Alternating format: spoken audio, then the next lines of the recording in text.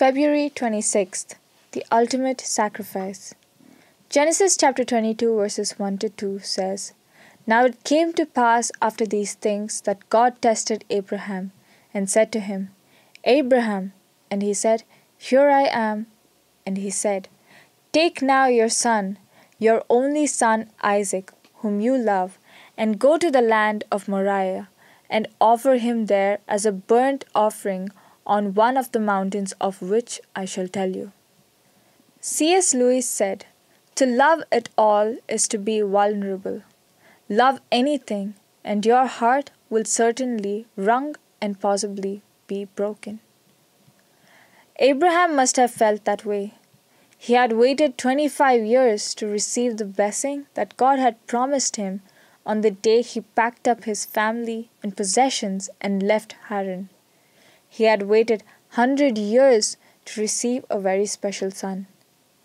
How his heart must have ached when God commanded him to take his only son, his precious Isaac, and sacrifice him as a burnt offering on Mount Moriah.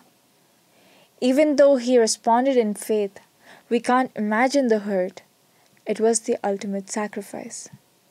But Abraham is not the only one who was ever asked to make an ultimate sacrifice.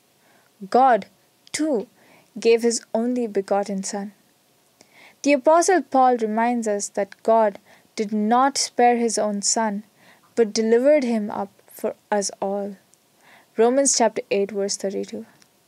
And Peter draws our attention to the fact that you were not redeemed with corruptible things, like silver or gold, from your aimless conduct received by tradition from your fathers, but with the precious blood of Christ, as of a lamb without blemish and without spot.